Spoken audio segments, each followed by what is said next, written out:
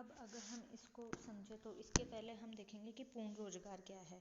तो पूर्ण रोजगार को हम सामान्य शब्दों में समझें तो यह है कि किसी देश में संपूर्ण जनसंख्या के उस भाग को जो कार्य करने के योग्य हो, मीन्स जो कार्य करने के लिए एलिजिबल हो और कार्य करने की इच्छा भी रखता हो, साथ साथ उनको प्रचलित जो दर है मजदूरी की उस पर रोजगार मिल जाता है, तो उसे पूर्ण रोजगार की स्थिति कहा जा सकता है।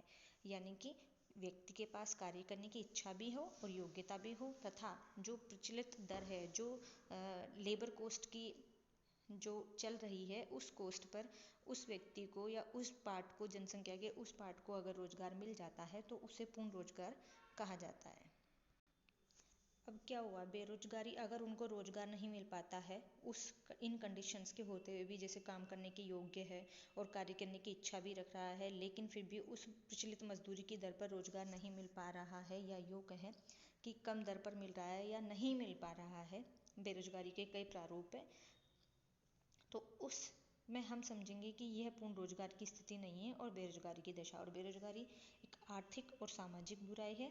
इससे क्या हो रहा है, इससे आर्थिक जो प्रगति है उसमें विशेष व्यवधान उत्पन्न हो रहा है, और इस वजह से मौद्रिक नीति का उद्देश्य क्या रखना है, पूर्ण रोजगार की स्थिति बनाए रखना है, क्योंकि बेरोजगारी के दुष्प्रभाव आप सभी को पता है। तो पूर्ण रोजगार की स्थिति यह नहीं है कि किसी देश में सभी कार्य योग्य व्यक्ति कार्य पर लगे हुए हो और बेरोजगारी की रेट शून्य हो। अनेक कारणों से कार्य योग्य जनसंख्या का 2 या 3% भाग तो चलो हम मान सकते हैं, 2 और 3% भाग तो हम ये मान सकते हैं कि बेरोजगार रह सकता हो, लेकिन अगर उससे ज़्यादा या और भी ज़्यादा क्वांटिटी में हो तो फिर उस दशा में आर्थिक प्रगति के लिए वो सही नहीं है। पूर्ण रोजगार की स्थिति में कोई भी देश ऐच्छिक, मौसमी, आकस्मिक, तकनीकी, समयपरक आदि प्रकार की बेरोजगारी की दशाओं से मुक्त नहीं हो सकता है। ये बेरोजगारी की विभिन्न दशाएं हैं, तो ये देखने को मिल सकती हैं थोड़ी थोड़ी मात्रा में, जैसे ऐच्छिक बेरोजगारी यानी कि आप स्वयं नहीं करना चाह रहे हैं कोई काम, या मौसमी बेरोजगारी, कुछ मौसम विशेष में आपको रोजगार नहीं मिल पाता है, इस प्रकार से। तो पूर्ण रोजगार की स्थिति में भी कई बारी न्यूनाधिक रूप में, मतलब कम ज़्यादा मात्रा में आपको बेरोजगारी की दशाएं देखने को मिल सकती हैं। बेरोजगारी की समस्या देश की कुल जनसंख्या के बहुत कम प्रतिशत लोगों को ही प्रभावित करनी चाहिए। किसमें, पूर्ण रोजगार की स्थिति में। तो मौद्रिक नीति का लक्ष्य पूर्ण रोजगार की प्राप्ति के स्थान पर क्या होना चाहिए, अधिकतम रोजगार के स्तर को बनाए रखना होना चाहिए। हम इसको ऐसे समझे कि गंभीर बेरोजगारी को नियंत्रित रखने के लिए मौद्रिक नीति का संचालन किया जाना चाहिए, क्योंकि पूर्ण रोजगार की दशा अगर हम देखें तो किसी भी पूंजीवादी देश में नहीं पाई जाती है, परंतु प्रत्येक देश इस स्थिति को प्राप्त करने के लिए प्रयत्नशील रहता है। क्योंकि यह एक आदर्श स्थिति है और मौद्रिक नीति का प्रयोग भी इसी लक्ष्य की प्राप्ति के लिए किया जाता है। लर्नर ने कहा है कि पूर्ण रोजगार से आशय उस व्यवस्था से है जिसमें मजदूरी की प्रचलित दर पर बिना किसी विशेष असुविधा के कार्य के इच्छुक व्यक्तियों को कार्य मिल जाता है। तो पूर्ण रोजगार की नीति के उचित मानने के आधार क्या क्या हैं। अब क्या है, आप देखते हो कि निर्धनता और बेरोजगारी संपूर्ण विश्व में फैली हुई है, संपूर्ण विश्व इस समस्या का सामना कर रहा है। तो मौद्रिक नीति का ये उद्देश्य अगर हम रखें कि पूर्ण रोजगार को प्राप्त किया जाए तो ये समस्या खत्म हो सकती है। इसके अलावा मानवीय दृष्टिकोणों से भी उचित है। क्यों उचित है, क्योंकि मानव को रोजगार के अधिकतम अवसर उपलब्ध कराए जा सकते हैं। इसमें आर्थिक कल्याण का भी लक्ष्य हो रहा है इसमें, क्योंकि रोजगार है तो उत्पादन, उपभोग आदि सभी चीज़ों को प्रोत्साहन मिल रहा है। इनके अलावा चक्रीय उच्चावचनों का भी सफलतापूर्वक नियंत्रण किया जा सकता है, और ये चक्रीय उच्चावचन अर्थव्यवस्था को बहुत ज़्यादा हानि पहुंचाते हैं। अब हम नेक्स्ट उद्देश्य की बात करेंगे, जो है 5 नंबर का आपका उद्देश्य, इकोनॉमिक ग्रोथ का उद्देश्य, ऑब्जेक्टिव ऑफ इकोनॉमिक ग्रोथ। सबसे पहले इसमें हम ये देखते हैं कि मौद्रिक नीति का प्रयोग आर्थिक विकास हेतु किए जाने के संबंध में क्या क्या तर्क हो सकते हैं। यह पूर्ण रोजगार की स्थिति को प्राप्त करने के लिए आर्थिक विकास को मेन उद्देश्य बनाया जाना जरूरी है। क्यों, क्योंकि आर्थिक विकास में वृद्धि के बिना पूर्ण रोजगार की कल्पना बेकार है। इसके अलावा उच्च जीवन स्तर के लिए अगर आर्थिक विकास होगा तो उच्च जीवन स्तर होगा ही होगा। इसके अलावा विभिन्न राष्ट्रों के मध्य जो प्रतिस्पर्धा बढ़ रही है उसके कारण हमारे अस्तित्व को या किसी भी देश के व्यापार को या किसी भी देश की अर्थव्यवस्था को उसका अस्तित्व बनाए रखने के लिए भी आर्थिक विकास को मौद्रिक नीति का लक्ष्य बनाए रखना आवश्यक है। अनार्थिक वृद्धि मौद्रिक नीति का एक महत्वपूर्ण उद्देश्य हो गया है। इसको हम अनार्थिक वृद्धि भी कह सकते हैं। कहाँ गया? मौद्रिक नीति का उद्देश्य क्या हो गया? आर्थिक विकास को प्रोत्साहित करना हो गया है। अब आर्थिक विकास क्या है? दीर्घकाल में किसी देश की वास्तविक राष्ट्रीय आय में निरंतर वृद्धि आर्थिक विकास है। इसके लिए भौतिक एवं मानवीय साधनों का समुचित प्रयोग करके अर्थव्यवस्था को आगे बढ़ाना होता है और पर्याप्त मात्रा में वित्तीय साधनों का उपलब्ध होना आवश्यक है। अगर वित्तीय कोष हमारे पास उपलब्ध नहीं है पर्याप्त मात्रा में तो साधनों का विदोहन नहीं किया जा सकता है।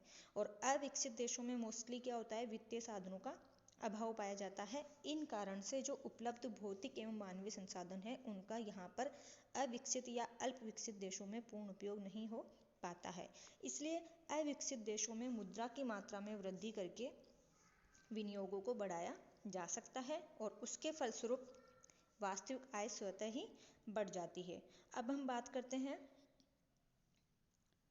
अर्धविकसित देशों में मौद्रिक नीति आर्थिक विकास में सहायक हो सके इसके लिए क्या क्या तथ्य एवं शर्तें होनी चाहिए।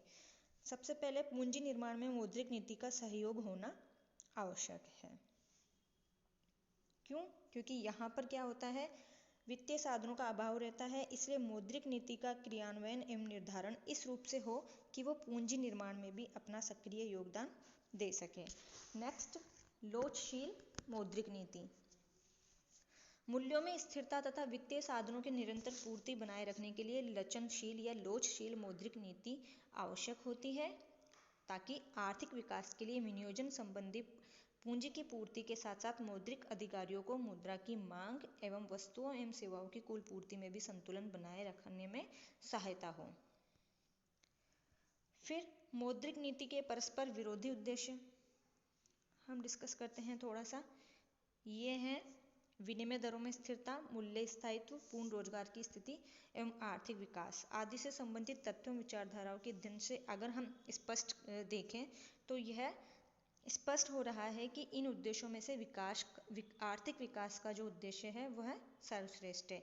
इस उद्देश्य को हम दीर्घकालीन उद्देश्य के रूप में भी समझ सकते हैं क्योंकि इसे प्राप्त करने के संदर्भ में मौद्रिक अधिकारी जो हैं वो निरंतर प्रयत्नशील रहे हैं और मौद्रिक नीति का यह उद्देश्य क्या करता है? विकसित, विकासशील एवं अल्प विकसित सभी देशों के लिए उपयुक्त मान लिया गया है।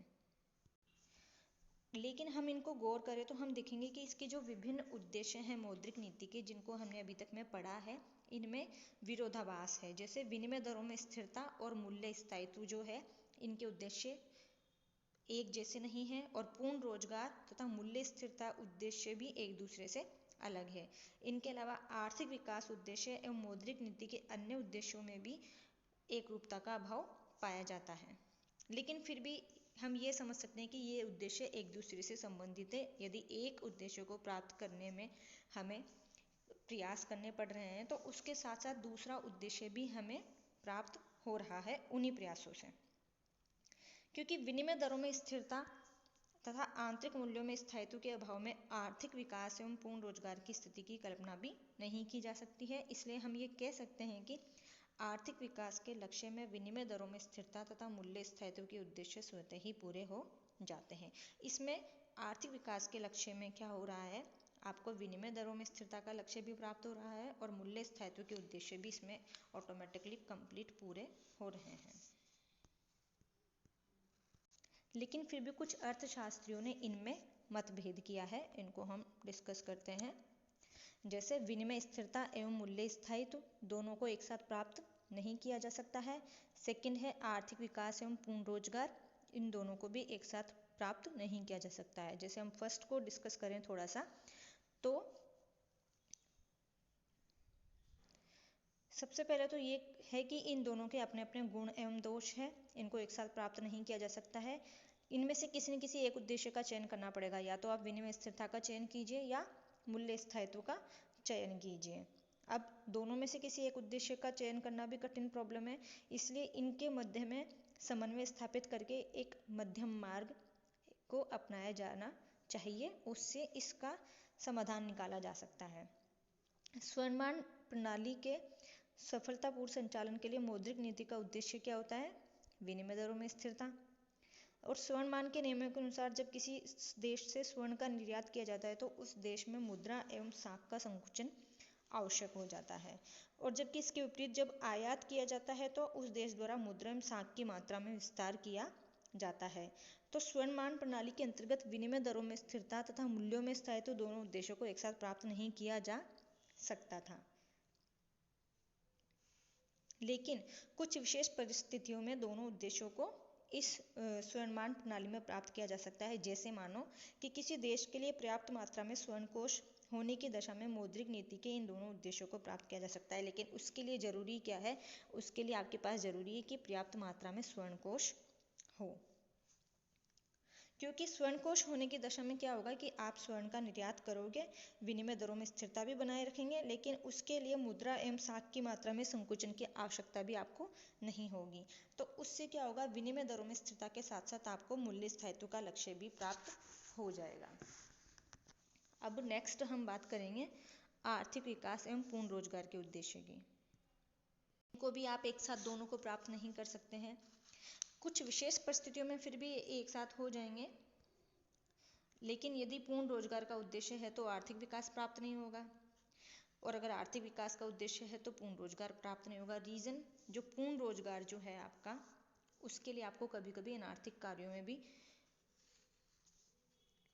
रोजगार करना पड़ेगा, और अनार्थिक कार्यों को बढ़ावा, मतलब पूर्ण रोजगार को बढ़ावा देने के लिए आपको अनार्थिक कार्य भी करने पड़ेंगे जिनसे आपको लाभ नहीं हो पा रहा है। सरकार ऐसी योजनाएं, ऐसे स्कीम्स चलाती है जो कि पूर्ण रोजगार की दृष्टि से चलाती है, तो उस स्थिति में आर्थिक विकास जरूरी नहीं है आपको देखने को मिले ही मिले। इसको हम थोड़ा डिटेल्स में समझें तो आर्थिक विकास का मतलब क्या है कि रोजगार के नए अवसर उत्पन्न किए जा रहे हैं ताकि रोजगार में वृद्धि हो, और पूर्ण रोजगार की स्थिति का मतलब क्या है कि उपलब्ध रोजगार के अवसरों की सीमा तक लोगों को रोजगार मिल सके। आर्थिक विकास क्या है? परिवर्तनशील विचारधारा है। इसके अंतर्गत आर्थिक साधनों का आपको निरंतर डेवलपमेंट करना पड़ता है। नई नई टेक्नोलॉजी के माध्यम से आपके टोटल प्रोडक्शन में भी वृद्धि करनी होती है। इसके अपोजिट फुल एम्प्लॉयमेंट का रोजगार क्या है? स्थिर प्रकृति का है। मीन्स इसमें उपलब्ध साधनों, तकनीक एवं विधियों का उपयोग कर वर्तमान क्षमता का पूर्ण उपयोग करने पर जोर दिया जाता है। आर्थिक विकास दीर्घकालीन प्रवृत्ति है। जनसाधारण की आय, राष्ट्रीय उत्पादन तथा रोजगार के अवसरों में वृद्धि कर निर्धनता को दूर करने का कार्य इसमें होता है, जबकि पूर्ण रोजगार का जो उद्देश्य है वो एक अल्पकालीन प्रवृत्ति है, और पूंजीवादी अर्थव्यवस्था में समय समय पर उत्पन्न अल्पकालीन चक्रीय उतार चढ़ाव भी इसमें देखने को मिलते हैं। और पूर्ण रोजगार का जो उद्देश्य है वो प्रभावपूर्ण मांग को बनाए रखना होता है। पूर्ण रोजगार के उद्देश्य के लिए अगर प्रभावपूर्ण मांग कम हो जाती है, मोस्टली ऐसा होता नहीं है, लेकिन मंदी काल में मांग कम हो जाती है, तो ऐसी दशा में मुद्रा का विस्तार किया जाता है ताकि मांग में वृद्धि हो सके, और यदि प्रभावी मांग बढ़ जाती है तो फिर उसे नियंत्रित करना जरूरी हो जाता है। जबकि आर्थिक वृद्धि में भावपूर्ण मांग को उचित स्तर पर बनाए रखने की अपेक्षा पूरक साधनों का विस्तार किया जाना होता है। इसलिए हम समझ सकते हैं कि इन दोनों ही उद्देश्यों में विरोधाभास पाया जाता है। इन दोनों उद्देश्यों की प्राप्ति के लिए अलग अलग उपायों को अपनाया जाना पड़ता है। पूर्ण रोजगार की स्थिति प्राप्त करने के लिए जो उपाय आप करोगे उनसे रोजगार के अवसरों में वृद्धि होती है, किंतु अर्थव्यवस्था में कुछ क्रियाशील, कुछ विशिष्ट परिस्थितियों के कारण अर्थव्यवस्था विपरीत रूप से प्रभावित हो सकती है। जैसा मैंने आपको अभी बताया कि यदि हम पूर्ण रोजगार के उद्देश्यों को प्राप्त करने के लिए अनार्थिक एवं अनुपयोगी उद्योगों का विकास करें तो यह आर्थिक वृद्धि के अनुरूप नहीं होगा, ये इसके अपोजिट जाएगा। अब हम बात करते हैं भारत की मौद्रिक नीति के उद्देश्य, objectives of monetary policy of India. इनको हम ज़्यादा डिटेल्स में नहीं पढ़ेंगे, ये हमें वैसे ही समझ में आ जाएंगे, जैसे डेवलपमेंट थ्रू स्टेबिलिटी, स्थिरता के साथ विकास का उद्देश्य होना चाहिए, क्योंकि वस्तु के मूल्यों में अत्यधिक उतार चढ़ाव आर्थिक विकास के लिए हानि और आर्थिक विषमता को बढ़ावा देने वाले होते हैं। और मुद्रास्फीति इन्फ्लेशन जो है वो बचत की प्रवृत्ति को भी आपके बहुत ज़्यादा डिमोटिवेट करती है और निवेश संरचना को दोषपूर्ण बना देती है। इसलिए स्थिरता के साथ विकास का लक्ष्य रखा जाना चाहिए। सेकंड है आपके विनिमय दरों में स्थिरता, stability in exchange rates. Then सुनियोजित आर्थिक विकास और फिर रोजगार सृजन। ये आपके भारत की मौद्रिक नीति के प्रमुख उद्देश्य हैं। इन उद्देश्यों को ध्यान में रख करके आरबीआई कार्य करता है। नेक्स्ट हम बात करते हैं मुख्य तत्व। भारत की मौद्रिक नीति के मुख्य तत्व क्या क्या हों। अब हम इसको देखते हैं कि आरबीआई ने स्वाधीनता के पश्चात प्रथम पंचवर्षीय योजना तक सस्ती मौद्रिक नीति को बनाए रखा। ये हम मौद्रिक नीति को आगे और डीपली पढ़ेंगे तब आपको समझ में आएगा। मौद्रिक नीति, सस्ती मौद्रिक नीति और सुदृढ़ मौद्रिक नीति और कठोर मौद्रिक नीति, इसको हम ऐसे समझें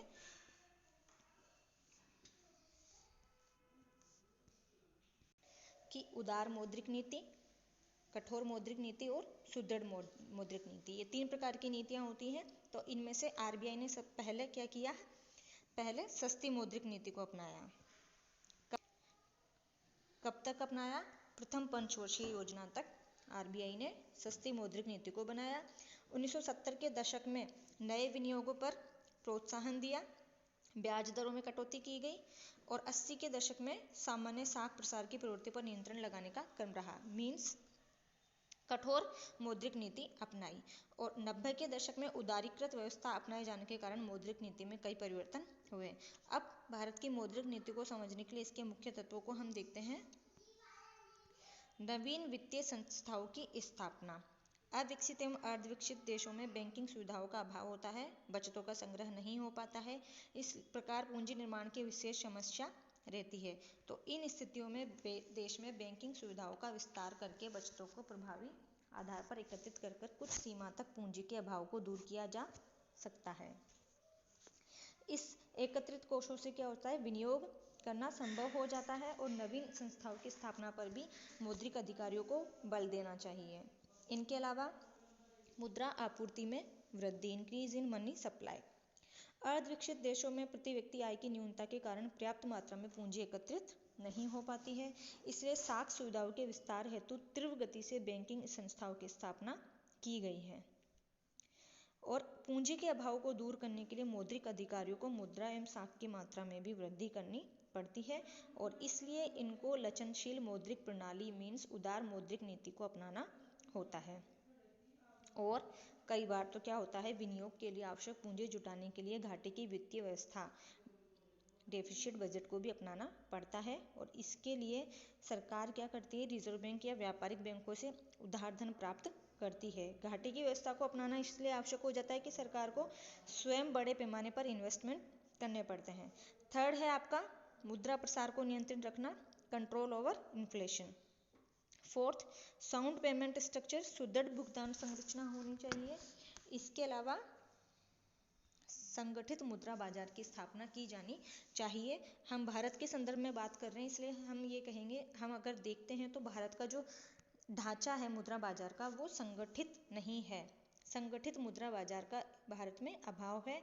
तो उसके चक्कर में क्या होता है, आरबीआई को मौद्रिक नीति के क्रियान्वयन में बहुत सारी समस्याएं देखने को मिलती है और आरबीआई की जो मौद्रिक नीति के संबंध में जो सुधार या जो कदम उठाए जाते हैं उनकी प्रभावशीलता उतनी नहीं हो पाती है। इसलिए सुदृढ़ मौद्रिक प्रणाली के निर्माण एवं आर्थिक विकास के संदर्भ में एक सुसंगठित एवं विकसित मुद्रा बाजार की स्थापना की जानी चाहिए।